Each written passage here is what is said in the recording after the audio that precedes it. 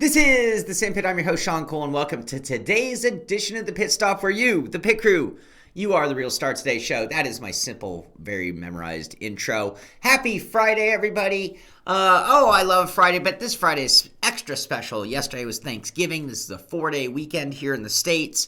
I'm busy at work because, well, I'm me. I take breaks, and I work on the oddest of days as well. Hope you had a good Thanksgiving. Hope you're having a good holiday. And if you're not in the States, hope you're having a great Friday. It's still Friday nonetheless, which means everybody's usually in a pretty good mood. I warned you there wouldn't be a lot of news today. I don't even know if there was or wasn't a lot of news because, to be honest with you, I was very late to get here. I'm doing family things, so it's even a miracle we're doing the show. But there is very significant things in sim racing going on right now. So we do have some things to talk about. But I also I mentioned that we were going to kind of go back to the beyond the sim type of mentality. And then I had a topic of discussion, and I hope that our regulars, especially if you've been here Monday, you've been here Wednesday. Ooh, I see my green screen kind of bugging out when I move my hand. Interesting. I got to keep here a shadow of some sort, or my table disappears. Anyway, but I hope you guys gave thought. So we're calling it the $1 million idea. And it's actually kind of fitting today. Maybe it's the $30 million idea. Maybe some of you know what I'm talking about there. 30 million. Are you kidding me? 30 million. Oh. Anyway, what would you do that would have an impact on sim racing? So, if somebody's going to offer you the seed money to start some kind of a operation, be that hardware, software, a combination of the two, I don't know. What would you do? What do you think sim racing is really, really missing? You think about it, we are coming to the end of a decade. It's going to be 2020. It's going to be the next decade coming up. People talk about our world in cycles of decades.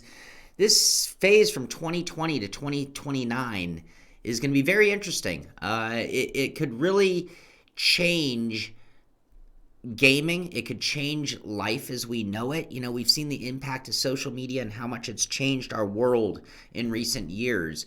How is that going to play towards the future? Anyway, all this ties together with my topic. And at the end of the show, I'm going to bring up my ideas.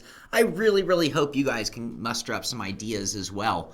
But we will save that to the end of today's show. But not a whole lot of news. Not a whole lot of news out there in sim racing as I expected. And I didn't really go digging all that hard today because I figured I need to keep today's show short so I can get back to family things. But in addition to that, I am going to meet my buddy Mike.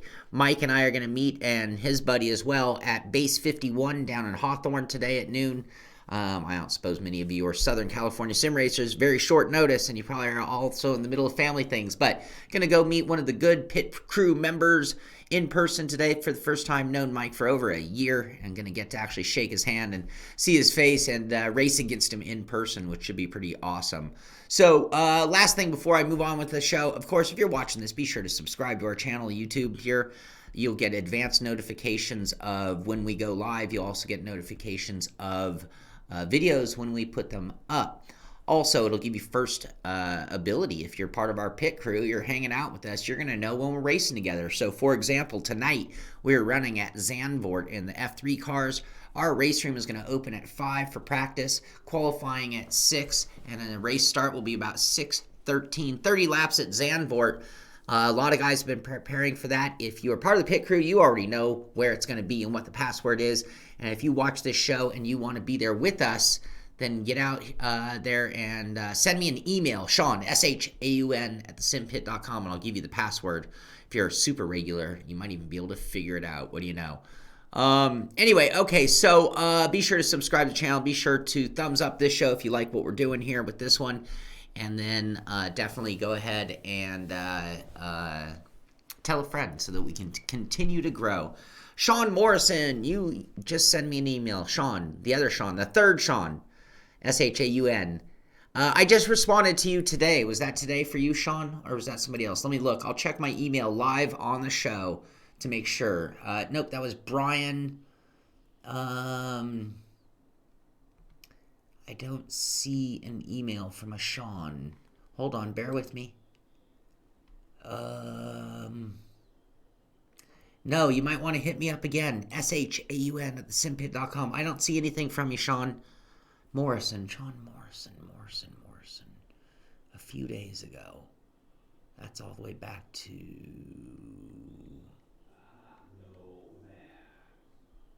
I don't see an email from you, but email me again, and I will definitely get you in on it. Okay, so what's going on in the world of sim racing? $30 million. So, Codemasters acquires Slightly Mad Studios. Ooh, I don't know what I want to say about this. This is a very dicey topic. Codemasters acquires Slightly Mad Studios. Project Cars is now the ownership of Codemasters. What do you guys think? What do you guys think about this? Oh, yeah, see, Theodore, does it qualify as a monopoly? I don't know if it's an area. See, I'm all choked up about this.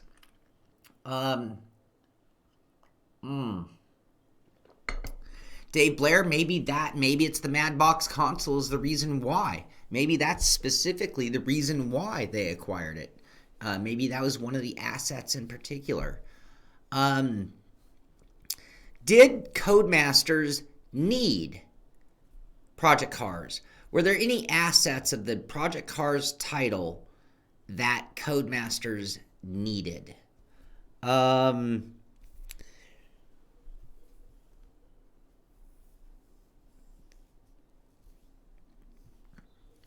Yeah, but I don't think Brad says that this could be a step towards an IndyCar game. That Project Cars already had most of the IndyCar licensing. I don't know how hard it would have been cheaper to get that licensing than $30 to buy a company that you could. I don't understand what Project Cars makes that Codeis couldn't make already. So they want their tech, they want their physics. So Codeis wants to dump their physics and go to the Madness engine. Yeah. Here's my take on it.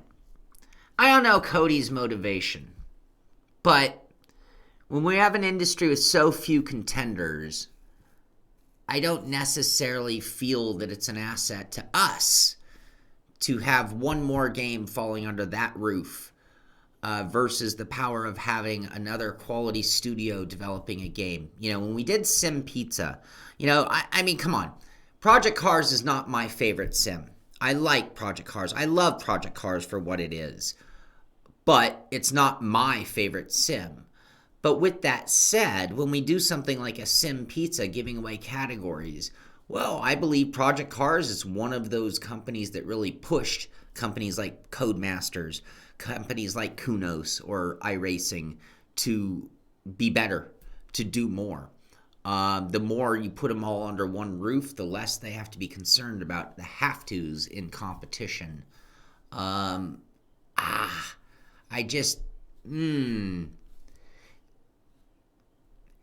Theodore, but see, that's something P-Cars is one of the only few multi-car racing games where you can race just about any type of car within that game. But that's something that Codemasters did. Or could do. They needed a WRC licensing. That's what they want. That's what you want them to acquire.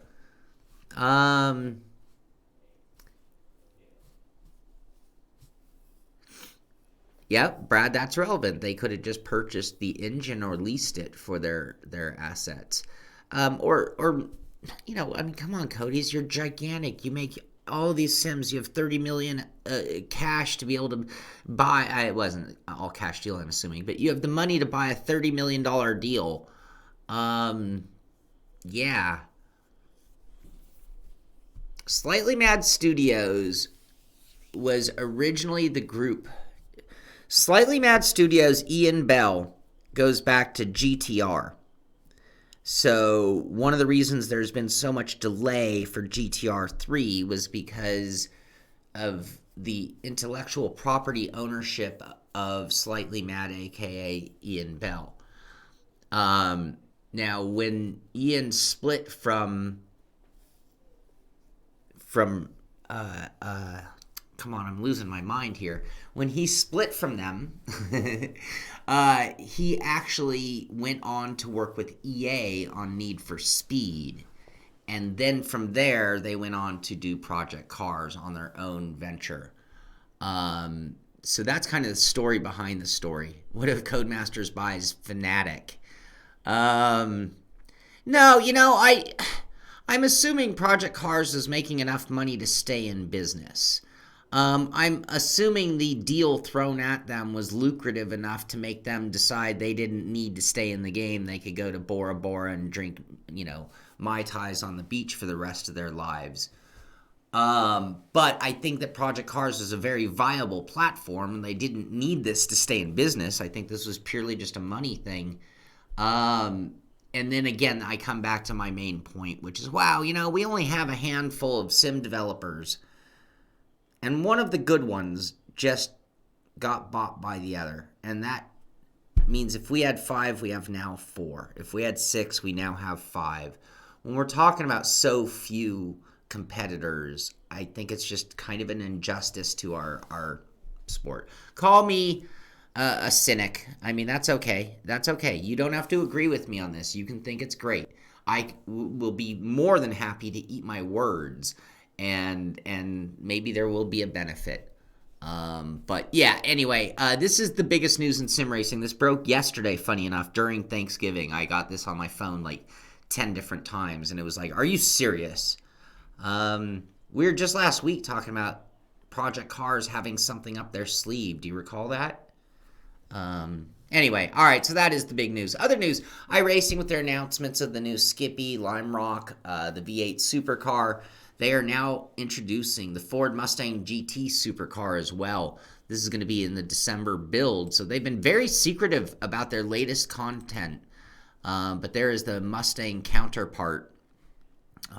Nice looking car model.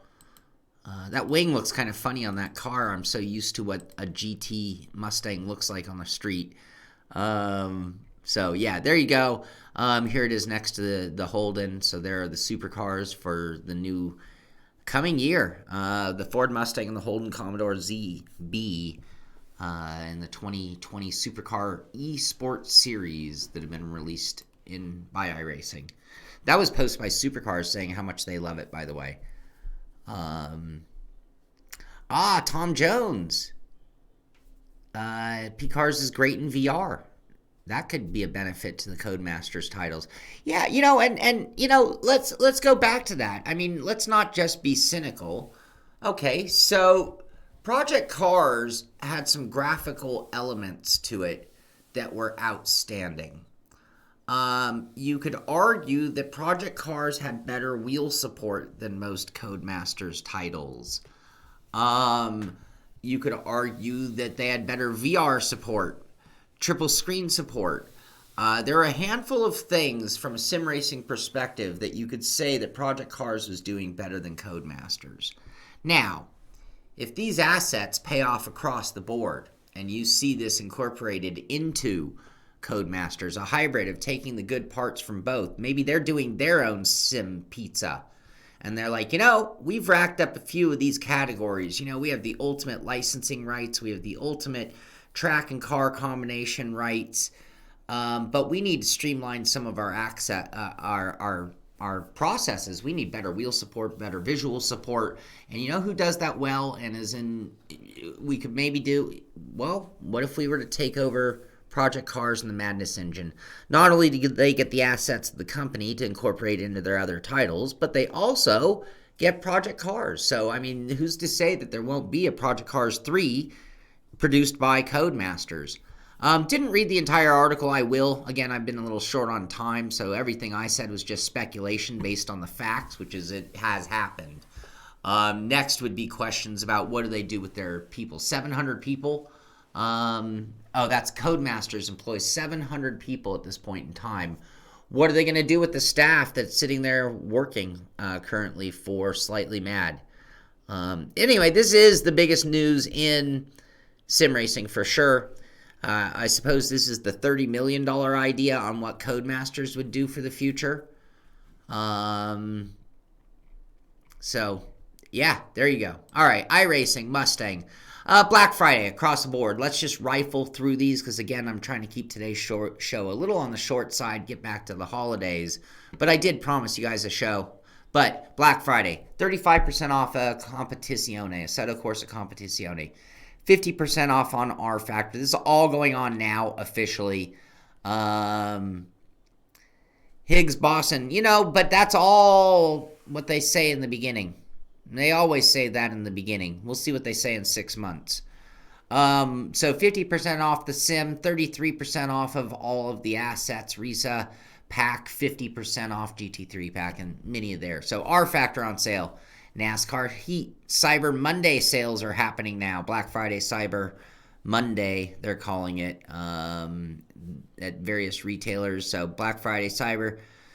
Get NASCAR Heat at your local. They didn't even tell us the price and how much of a deal, but supposedly there's a deal on that. Rseat Studios, they're having a big Black Friday via Steam. So again, I've warned you guys, but we are here.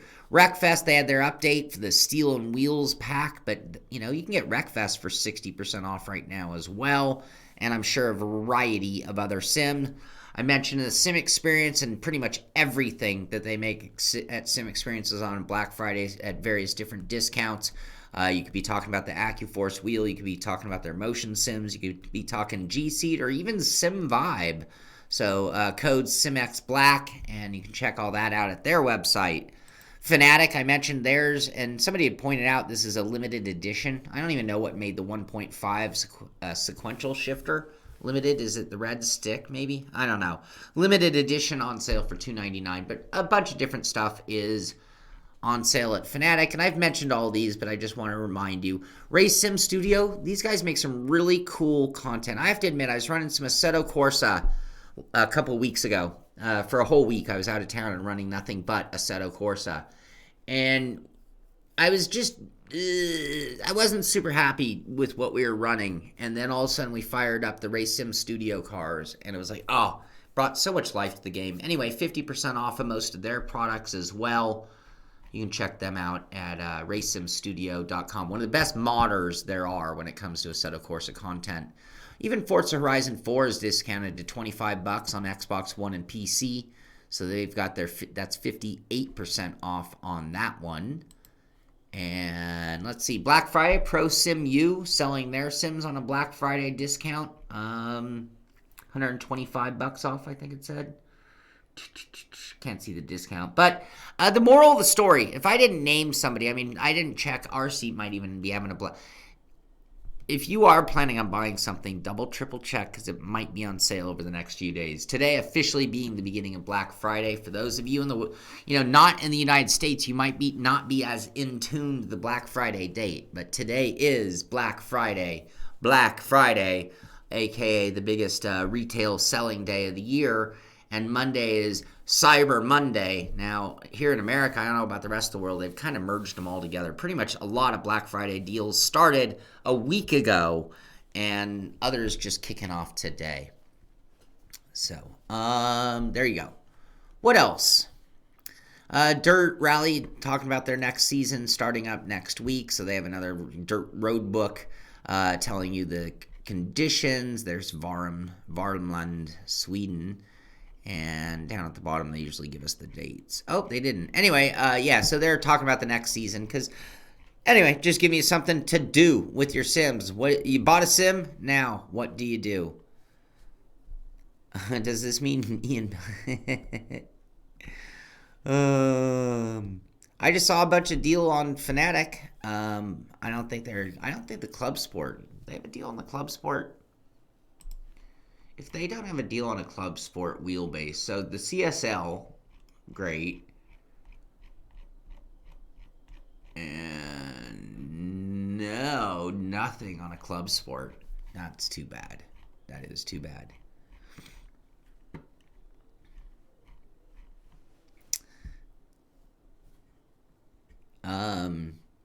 Higgs Boston. So it sounds like you're in favor of the buyout. I am and I'm not, mismanagement can be fixed. An acquisition there's no turning back.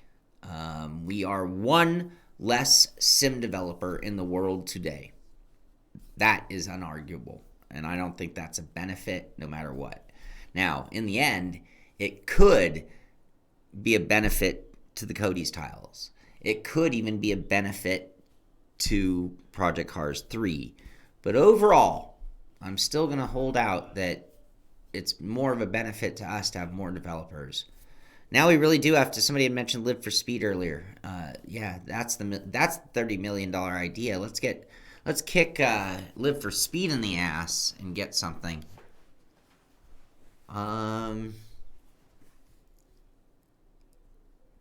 Oh, Shaun Morrison. I was like Christmas morning coming with new gear. Oh, that's so exciting. That's such a glorious day. Such a glorious thing. Yeah, anyway, I mean, but again, I think it could be beneficial at the same time. Let's not just rule that out. Let's not just only be half empty. Let's just, I mean, it could mean good things in certain directions. We talked about the 30. You just want to see what 33 career mode events look like. They put a little video out on Grid. Want more career races? You got it. 33 more career events. This is part of that Grid Season 1 update. Remember, we were talking about cars, tracks, events. 33 career events to make Grid better. So again, always looking for, if you bought the sim, what do you do now? There's your what do you do. They got a lot of things going on. What else? Codemasters. Oh, no. This was supposed to go up with our, but this is the post by Codemasters. In case you missed it, we have agreed to acquire racing simulation specialists and creators of Project Cars. Slightly Mad team. So, yep, that is big. That is huge. Big news. Big news, everyone. Visaro delivered a full motion sim over to the guys at Rseat. Usually that means good things. Usually when this happens to a developer, it means we can count on more and more focus being put on things like force feedback and motion, and in some cases even VR if they're working with a hardware developer like Visaro. Anyway, it looked gigantic to me until I dawned that it was up on caster wheels. That's why it looked so big. Visaro known for doing a D-box platform with their very cool metal structured rigs, and a beautiful rig there now, property, or at least in the headquarters of Rseat. Tom Jones asks, would I sell out to Codemasters for $500,000? I cannot give you a blanket yes on that answer. That sounds like a decent lot of money. So I would be very intrigued to see the terms of the contract and what you really mean by sellout. Like, could this be a Codemasters banner behind me right now for $500K? Yeah, probably. Are you going to buy my opinion? Not sitting here at the Simpit, but, if they wanted to acquire me to be part of Codemasters for $500K, we will definitely talk. What's the length terms? $50K if that's like a 12-year payment, 15-year, then no. I can no longer own any Simpit videos and can't make any more. So $500K to shut up and go away? Is that the deal? Are you buying me out of this for $500K?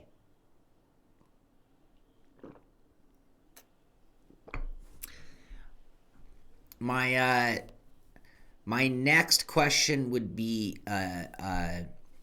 what's the length of the terms? So if this is like a non-disclosure or no compete, for how long? Is it perpetual for life?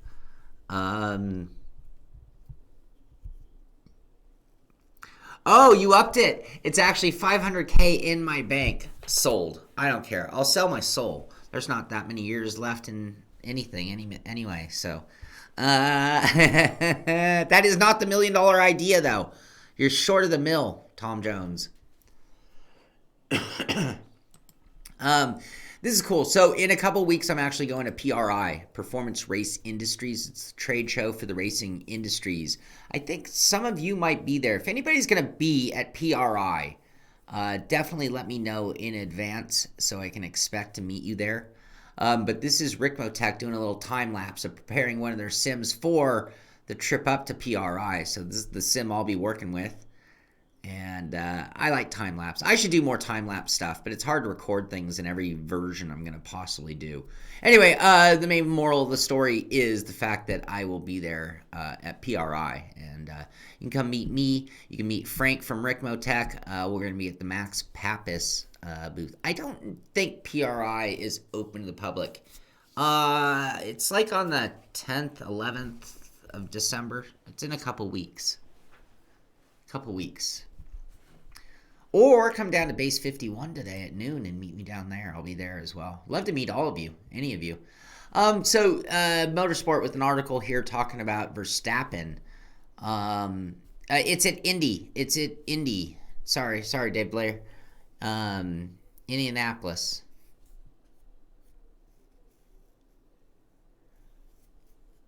Okay, Pelican. So, but when Jimmy's doing the booth for PD, when he comments on the GTS he's being a hired announcer. He's not selling his soul or his channel in doing so. He's I mean, to an extent, it's no different than me going and working at PRI with Frank. In that context, it depends on the context when I work these things. Like when I work for VRX, the owner of VRX hires me to be Shaun Colt the Simpit, wants me to come in wearing a Simpit gear, shaking hands and talking sim racing with people, getting them excited. I think that's a very similar type of a thing, probably a little less lucrative than Jimmy's, but yes. And yeah, it's a special, it's next level marketing for him as a personality as well.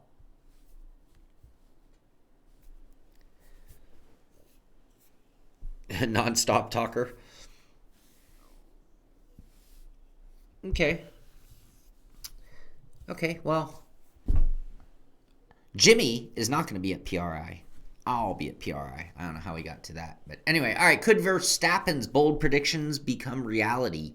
Compared to established esport games and other spheres, motorsport's own fledgling championships lag far behind, but there are signs that interest is growing, and even Formula One stars are feeling the benefits of sim racing.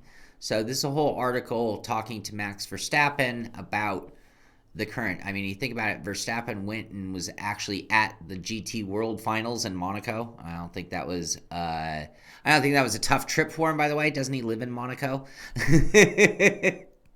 So, but anyway, another article talking about the growth of our esport. We're closing the gap, and we are going to close the gap even more on the other esports, which have led the way with millions and millions and millions of dollars.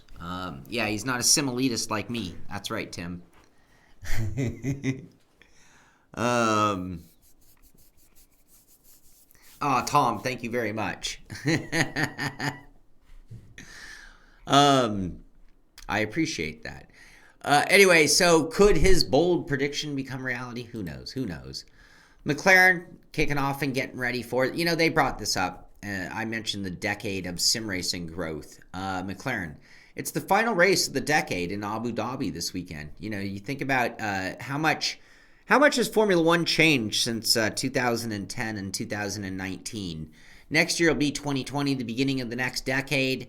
The new genre, or the way that many things are perceived, in these groups of 10-year decades. And we look at sports over decades and things like that. So it is sort of the dawn of a new era in Formula One to an extent.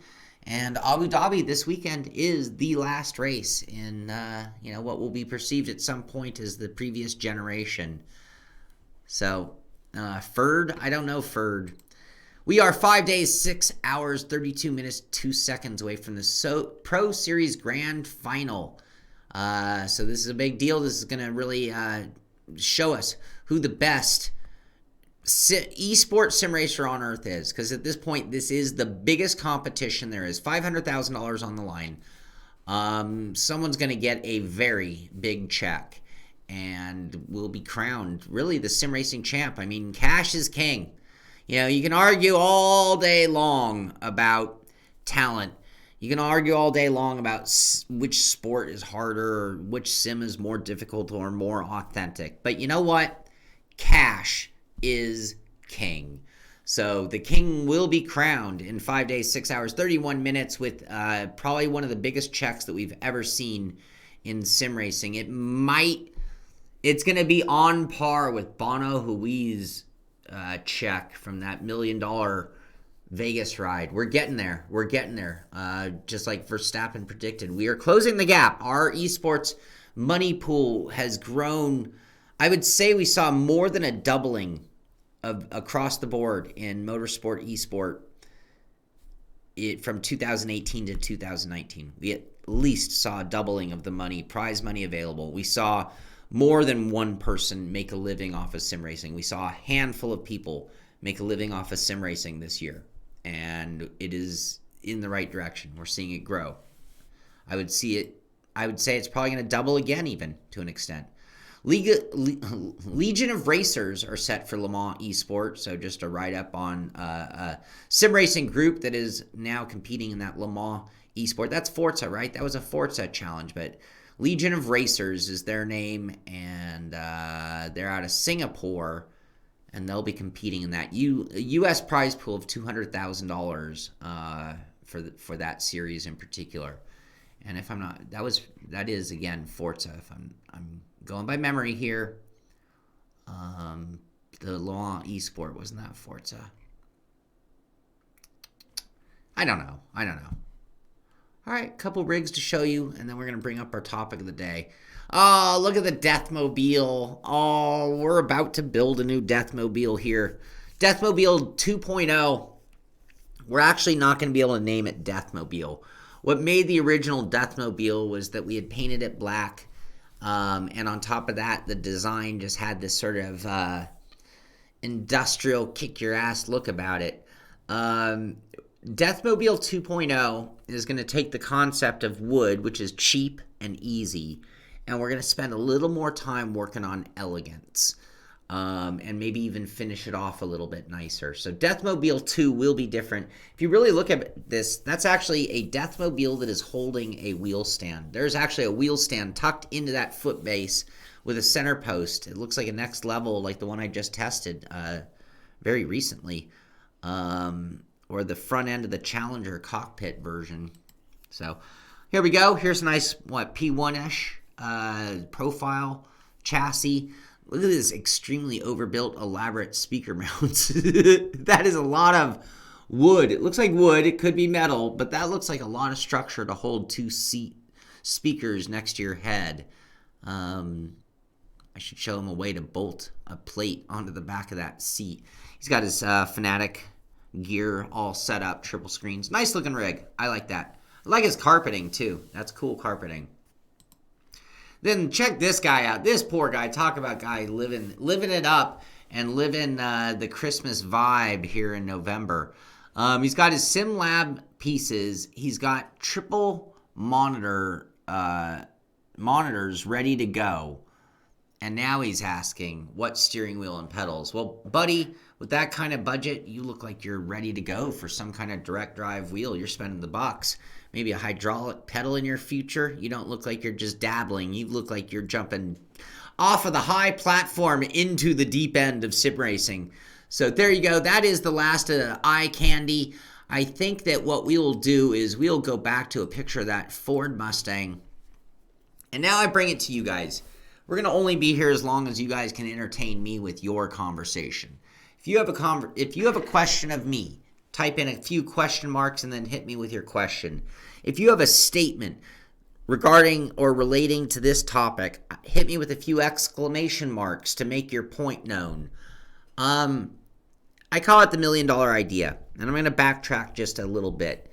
When I was in Florida working the IAPA trade show with CXE Simulations, I was talking with my buddy and actually my teammate. He's my teammate on the Porsche 924 project, Jochen. Jochen and I were talking after the trade show one night, just hanging out at the condo we were staying in. And it was the $1 million idea. And he turned to me and he's like, all right, so like if somebody gave you like, money, it was really unlimited money. It wasn't $1 million, but let's just say, what would you build? What would you do with it in sim racing? And I thought, wow, we thought of that sim racing pizza episode where we did talk about the slices of pie from all the different sims, incorporating it into one great sim. Would that be enough? Would that be future proof? And it's like, that's so obvious. And then the next thought was, well, is it on the hardware side? I mean, here I am talking with my buddy who makes motion simulators for a living, dabbles in VR regularly because that's where the market is pulling that industry, the motion sim side of things, the entertainment side of things. What could we build that would really change sim racing? So Thawman, that's why, again, we can pull the $1 million cap. We can call it the $30 million idea. I don't think the money, I think he was just throwing a number out to act as though it really shouldn't be a big deal. Like, forget money. What would we build? What could we do? Tim Spatial Dragon says clutch and transmission sync together. Tim, that is a fantastic idea. Now, it can only happen with software developers working with you from the very get-go. And to do it right, you're going to need some form of solenoid or something within that clutch pedal to make it act proper. Same thing on the gearbox. You're going to need some kind of solenoid, like a missed shift should not give you a gate. If you miss a shift and you get a gate, you got a messed up transmission. So, but that's a great idea. But it would require both. So it might even require, and if you went to iRacing tomorrow and said, hey, I'm building this elaborate clutch and transmission, their response would probably be like, that's nice.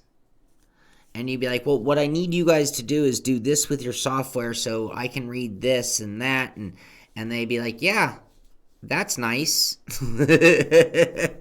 So, I mean, it might actually cost you money to make them build it. And then you still only have one sim. I mean, to really make this viable, we're going to need it to become normal. So it also needs to be, if you're going to spend a lot of money, and I think this is why we don't see a clutch transmission to that level. I mean, yeah, you have the Quaif, but the Quaif, other than a really brilliant piece of hardware, works no differently than any other shifter with sim racing, which is just horribly not accurate compared to the rest of our equipment at this point. Devin says he'd set up the North American Sim Expo, North and South, one for Canada and one for the U.S. Why don't we just have it on a boat in the Great Lakes?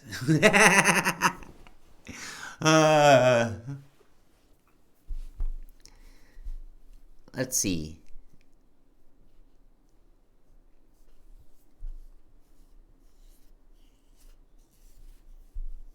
You need one for both. I see. Yes, but they're working on it. But again, it's going to take a lot. And if they're non-solenoid brakes line, we're talking about the ProSim Quaif shifter. If it's already a couple thousand or $1,800 to buy that shifter, and now they're going to put some electronics and physical moving lockout parts to make it accurate. It's only $1,600. Forgive me. Isn't that going to turn it into a $3,000 shifter? Now, I need a clutch that's like, right now I have a hydraulic clutch that feels great, but it has no tie-in to that shifter. So anyway, I think it's going to be a lot of development. And then I'm not knocking the idea. I think it's a fantastic idea, by the way. Tom, I'm going to get to my idea in just one moment. I am. Anybody know of any sim centers in Washington, D.C.? Asked Kelly Braunstater. Now, me personally, I know of a sim center in Hawthorne, California, and I'm going to be there in a few hours. Be there a couple hours. It's one of the reasons why I have to bring this show to a close so I can get on my horse. All right, so here's my thought. I'm going to combine a few ideas and a few statements. One of the big problems I see, Frex has a lockout solenoid for their H pattern. Now, our games, how many? I don't know. So please educate us, Raceline.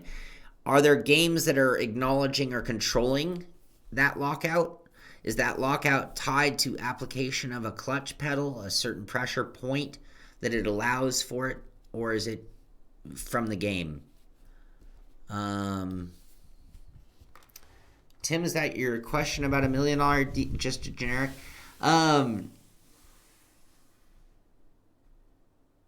don't know if you can make that as a blanket statement, Tim. I don't know that you can act like GT Sport races always go perfectly, and I don't know that you can make the statement that all other sims do not. I think anybody who races know that you get some good, you get some bad in both. Oh, Joa is late. You had to work today. That sucks. That sucks. Sim Center in Bermuda Island. There you go. If you're up in Washington, D.C., I bet you're butt cold. Head on down to Bermuda Islands for Sim Center. There you go. We're butt cold here in L.A., so I can't advise you come in here to escape the cold. It's not snowing, but it's cold. It's tied to their clutch pedal. So, yeah, it's got a pressure point that allows for it. That's awesome, and that's a great first step. Now what you really need is it to be, I need the clutch.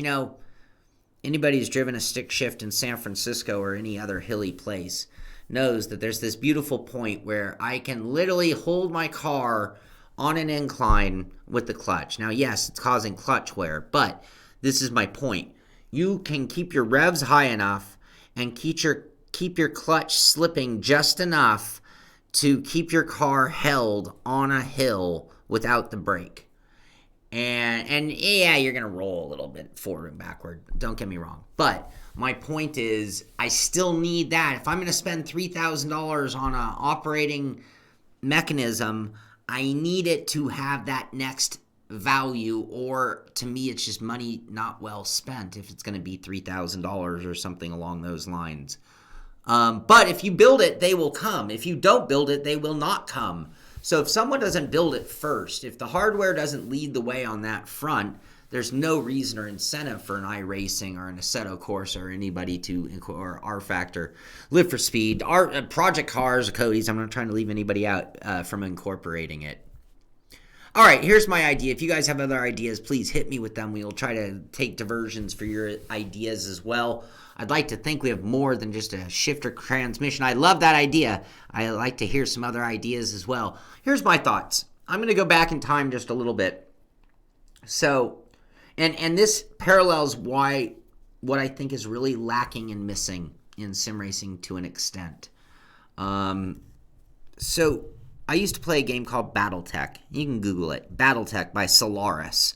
AOL eventually bought them. This gives you an idea how long ago it was. AOL actually bought it. I played it before it was owned by AOL. AOL bought it and built it into their gaming that they were kind of trying right before they died. And then the whole thing died. But back then, I could go on and log in, and I was dumped into just a text chat like you do on Discord or any other text chatting type program. Nothing visual about it. We didn't have icons or fancy, not gamer tags, but gamer images of any kind. Oh, I'm sounding old. I can't even think of the name of the tech of things. Avatars. We didn't have cool avatars. There was no three-dimensional aspect to it. It was just text. But in that text, you could meet up with everybody who was logged on, ready to battle Battletech. And from there, you could go into generic lobbies. From there, you could set up team matches. From there, you could do individual challenges. You had a lot of different avenues, but we were all in this central matchmaking system. And it is a matchmaking system. This is what you see on like a Forza or a Gran Turismo. It's just still only being done on that level. And then the matchmaking in those cases still come back to individual drivers' connections and just this general unranked public and other factors that could be improved upon, perhaps not on that platform, but they're doing it. However, the way they did it in the Solaris really made it very easy to set up competitions instantly.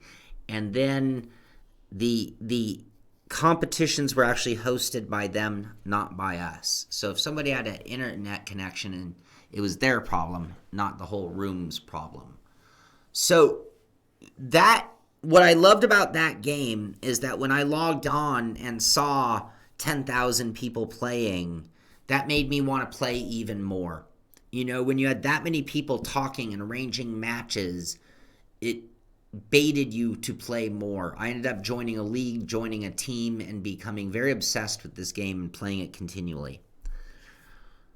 That's thought number one for my grand idea, my motivation, because to me in sim racing, here's what happens. iRacing is my main sim. I log in iRacing and I see 4,500 people logged in. I have no way to communicate to those 4,500 people.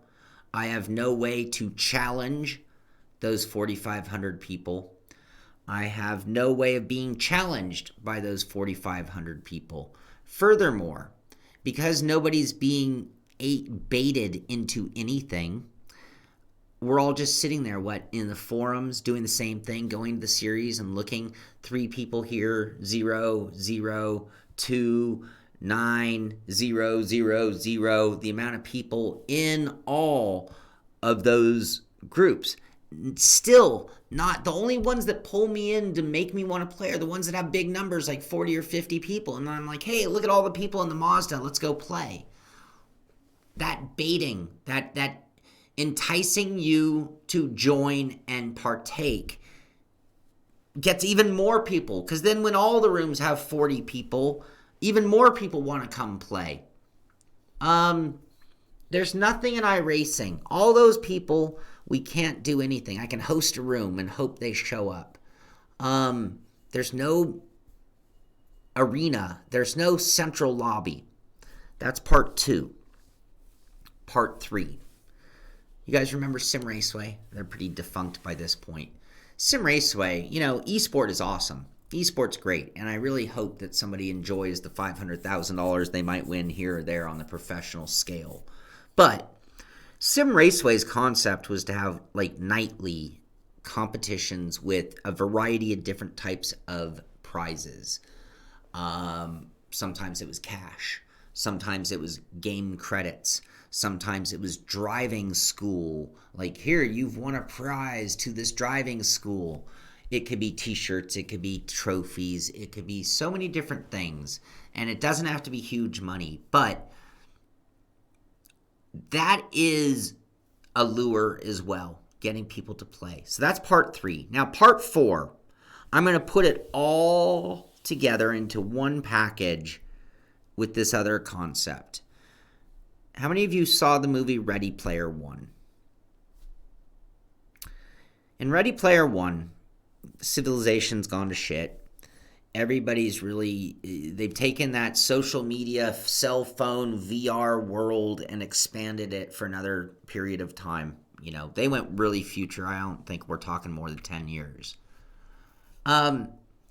Everybody had a central place. You went in there as your avatar in your VR world, and then you had options and choices. Now, is this Steam? Is it the Steam, the app Steam where you can buy every game? I go into Steam and then I can go different pathways to go play, Assetto Corsa, or maybe I go choose to play, Sim City or whatever. I would like to, you need to be in this central spot where we can all gather. Here's the other thing that went on in Ready Player One. You're sitting there, you're hanging out. Maybe you're just Googling, but you're in your VR world. You're talking to your friends within this shell. And then all of a sudden, red lights up in the air because you're in this virtual world. And 5 o'clock, money-paying Skippy race. So as I was sitting there just chatting to my friends, taunting my rivals, hanging out in the iRacing shell, we'll just say, because that's where the competition structure that I love is. Why am I not getting big red flashing lights saying 5 o'clock points paying, 5 o'clock win a shirt, 5 o'clock $50 to the winner in each class. Accumulated wins gets you a driving. These taunting mechanisms, this gathering place where we're all waiting to be baited by the next competition. And if we're talking about on a Steam level, it could be, think about Steam, it could be R Factor, Assetto Corsa, Rseat titles. I think even iRacing has an interface through there now. You could be in the central VR thing. Those 4,500 people out there could be right there. But yes, my concept is not necessarily that any of the Sims need massive improvement. What the Sims need across the board, even iRacing with the best matchmaking system built into it, there's no call to action. When you think about marketing and sales, one of the most important aspects of marketing and sales is a call to action. Something that motivates, forces, makes the people out there do something. Norman, I heard that from a handful of people, by the way. And I love the movie so much that I almost want to go back and read the book because I've been told that it's that much better. Arcade, yes, and I need it now. I just need, the problem, Arcade, is that when it comes to matchmaking lobby systems, unfortunately, Forza or Xbox and PlayStation have led the way. The only problem, and not to sound like a sim elitist, Tim, but I really want this on the high-end Sims as well. I don't want this to be on the gamier, and I don't mean that about Gran Turismo. Gran Turismo is a mighty fine sim. What I mean about it is that its structure, its interface is not of that same level. And so I just like it to be seen. I mean, I honestly, in a perfect world, to really cite Ready Player One, it should be across the board. I honestly want to have a challenge from sim to sim. I'd love it to jump around. And when you think about the Ready Player One, that was sort of the environment. Now, they are jumping around a lot from, shooter games to driving games and whatnot, all going after the key. But I have no doubt in my mind that there will be a central lobby. It will be in VR. If Steam is the one to do it, it would be the most logical because it would give me the path to join as many different types of things, have a larger circle of friends. But I really do think we're heading in that direction. So if I were given the ability to go after the world of sim racing, money, no object, to me, hardware would be fine, but it's not going to change our world as much as from the software side of things. So if I'm really going to have an impact in this, I want it to be that. And honestly, I do feel that iRacing could be so much better if they even just took certain elements of this and added it to what they already have. It would go a long way for attendance. They have the people sitting there online. Call to action. Make them get off their ass and get out on track. So I don't know if mine was a very clear idea. I mean, if I were to really put it on paper, I think I could streamline the process into something that is quite clear. The bigger question mark for me when I start thinking about this is, why would I limit this shell? I call it a shell, this user interface. Why would I limit it to just sim racing? Why should it be done by Steam? Now, iRacing could build a portion of this. Assetto Corsa, R Factor, they could build a portion of this into their sim. Does it have to be VR? No. Some guys could still be on a fixed monitor, run around with their keyboard and mouse like they're in a shooter game, and they can still create their avatar, how they're seen. You think Ready Player One, everybody had their avatar. It even could be a 3D image of yourself. I mean, in my case, it would be in my best interest to have a avatar that resembled me, being that I'm Shaun Cole. Tom, I think you can limit it to just specific types of racing. I think you can make it not show you oval. So up at the top, there's a little ticker, and I think you can turn off oval. You can turn off dirt and all of that stuff. Sim Racing Cafe in New York. Once the hipsters fall in love, this whole industry will change. And this is what fascinates me. Working trade shows like I do, I see what happens. If you're in a sim racing booth, you have one of the longest lines in the building waiting to sim race. And this is at the general public. It doesn't matter if I'm at a amusement park trade show, E3, SEMA, PRI. A simulator is the hit of the party. Multiple sims running together is like the super party.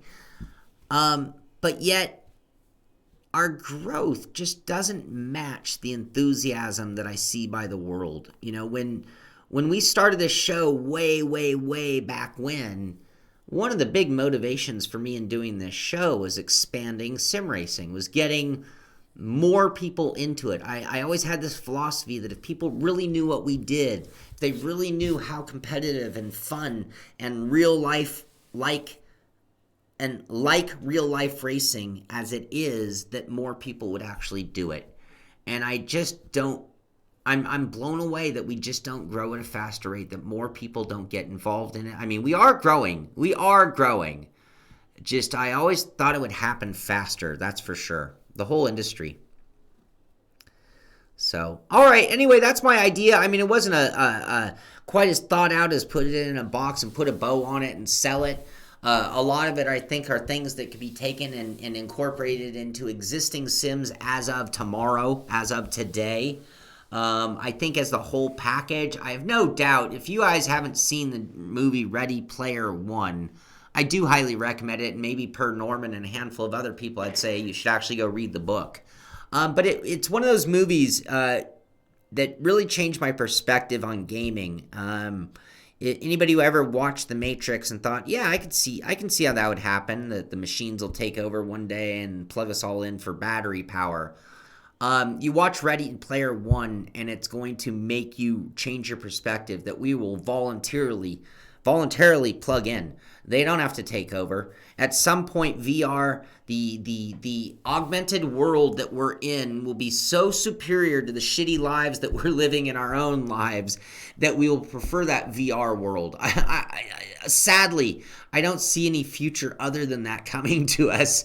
And so with that said, I could just see us all very happily plugging into the system and escaping our lives through VR, through these user interface shells. For us gamer people, sure, it's Ready Player One. It's going from this game to that game, giving up our coins and tokens and competition. On the other hand, for the other people, it might be more artsy-fartsy.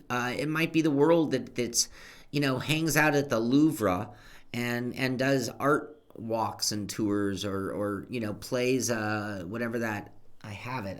I'm so bad at it, I can't do it. That art game, PlayStation Tilt Brush? Is it Tilt Brush? So yeah, it might not always be gaming, because gaming is only a certain aspect of the world. There'll be people who will share their hobbies, another common interest in the same type of shell, user interface, this escape from real life reality, whether you're in a VR unit or a complete, haptic pod. I just have no idea. No doubt in my mind. Sell it for 30 mil. Thank you, Dave. Thank you very much. Yeah, I think thank you, Tom. I think that if we could all hang out, if right now we all went into iRacing and you saw just a general chatter, and then all of a sudden somebody's like, hey, putting up a race lobby for such and such, that more people would go to that race lobby. And then if all of a sudden amongst that chat we're all talking and just periodically compliments of iRacing and bright red giant text, 6 o'clock oval race in the Cup car. Winners in per split get 50 iRacing bucks, or an iRacing hat, or a friggin' trophy, a virtual trophy. They get their name up on the winner's marquee that stays up all night because they won the six. There are so many little things that I think the notifications can't even get it straight when I'm online, Dave. Their notifications is so bad that I now ignore it. So yeah, it needs to be more. It needs to be within the shell. This beta UI they're doing gets us off of that web page interface, but it doesn't put us into a shell. I don't know about iRacing is the only game I can think of where you're not within the game the minute you start up the game. You're not there yet. It's time that we step into the game. In the case of everybody else, they already have various different types of lobby, but they're not doing anything as a call of action. They're not doing anything to get people to organize. They're not hosting events with enough frequency to keep people coming. That gets back to what I've always said about a sim. You own a sim now. What are you going to do with it? I want there to be a lot more on the back end that keeps you playing every single night. I want there to be stuff within our sims that has you speeding on your commute home just to get back to the VR or the environment of your sim. VR not required. It would just make it that much cooler. I want my rivals to have an avatar. Now, most of you, if you're part of the pit crew, I know you. We talk on Discord. We have a relationship. But when I finish a race, I would love to see the contestants get out of their car and walk back to the paddock to talk after the race in some form of icon walking around matter. I want to see that guy and know that dude in that black suit with the red stripe, he's the one. Names are one thing, but I want there to start being that imagery as well. And I think we're there. I think that the 2019, the technology for everything I've talked about already exists. I haven't reinvented anything. Now, I think you could build it for the future. You can build it for the future of VR. But it doesn't even need those elements today to really change. Right now, if any of those sims did that, I can tell you what, it would change my Friday nights. Because I know damn well where I'd be Friday night when I had a few hours to spare. I'd be hanging out in the race lobby, waiting for the next big event, waiting to see who I can talk trash to next. None of that exists at the level that I think it could in sim racing. We finish the race, and we all scatter. You finish a go-kart race, and you all end up back at the pit. Some guys you like, some guys you don't. Some guys you're eyeballing, some guys you're thumbs upping. Some guys you're apologizing to even sometimes. All that, it's really hard to do. You sit there in this basic chat room for a matter of minutes in iRacing before it just boots you out.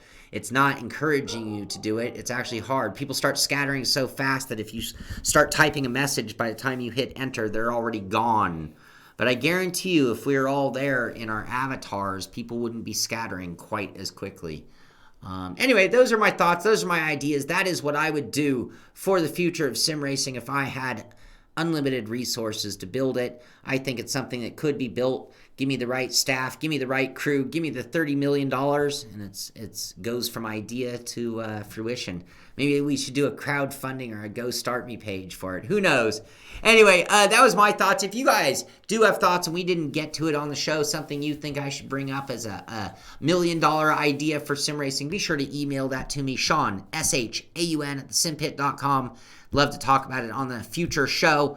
And beyond that, get out there, do some racing. Happy holidays to everybody here in the States. Of course, like I said earlier, be sure to subscribe to our channel on YouTube if you would like to get advanced notifications when we go live or when a video comes out. If you don't know about us on Twitch, hi Twitch, hey Twitch, we are on live Twitch. We do a little pregame and a little postgame show talk. We don't scatter after the show on Twitch. On YouTube, I hit end and then I'm on to the next one. On Twitch, we hang out and keep the chatter going for a little while, sometimes even move on to other projects. So definitely check us out, Simpit Live on Twitch. And you can go there right now and be there for the post-game show. Beyond that, thumbs up if you like what we talked about today, you like the show, and be sure to tell a friend because it helps us grow. And as we grow, we can bring you more and more content. And let's see, a few more comments by you guys. Tom, I'm going to bring a camera with me. Yes, I'm going to be down at CXE Base 51 at the Base 51 Sim Center across the street from SpaceX and Hawthorne. I'll be there at noon for probably about an hour, a little longer, hanging out with my sim racing friends. And did you see the comment that I left on the last pit stop? No, I didn't, Fragger. If you could repeat it really quick. Beyond that, I want to give some thanks. Yesterday was Thanksgiving, so thank you, Mr. Thawman. I want to thank Mr. Thawman. When we do the pit stop in particular, half the news that you hear about comes from Mr. Thawman, one of my most loyal helpers of the show, and it just wouldn't be the same without you, bud. Thank you very much. I want to thank everybody part of our patron crew. If you don't know about our patron crew, these are the guys who really help support. They're not only there, there's a financial aspect that helps the show grow, helps us upgrade our equipment and bandwidth and all those things. In addition, these are the guys who are always keeping me sharp, giving me great ideas on future content for the show, giving me ideas on what to do. They race with me religiously. Speaking of which, tonight we will have our fun race that's going to be at Zandvoort on iRacing in the F3 car. Practice at 5 o'clock. Qualifying at 6. Race starts at about 6:13. I should be there for this when I get back from Base 51. If you don't know the password, if you're not part of the crew, you better email me, Shaun, SHAUN at thesimpit.com. Ask for the password for tonight's race, and we'll get you in on that. Again, practice at 5 o'clock. I will be out of the shop, so I might not be able to get to you until right before the race, but you can be ready. I will be checking my email right before the race to make sure we get everybody. If you sent me an email and didn't get a password, be sure to hit me up. Should be a lot of fun tonight, Friday night, F3s at Zandvoort. Very fun. You can go practice that and have a good thing. So anyway, that is going to do it for this one. What is the project you are most interested in that's up and coming? You mean here in the show?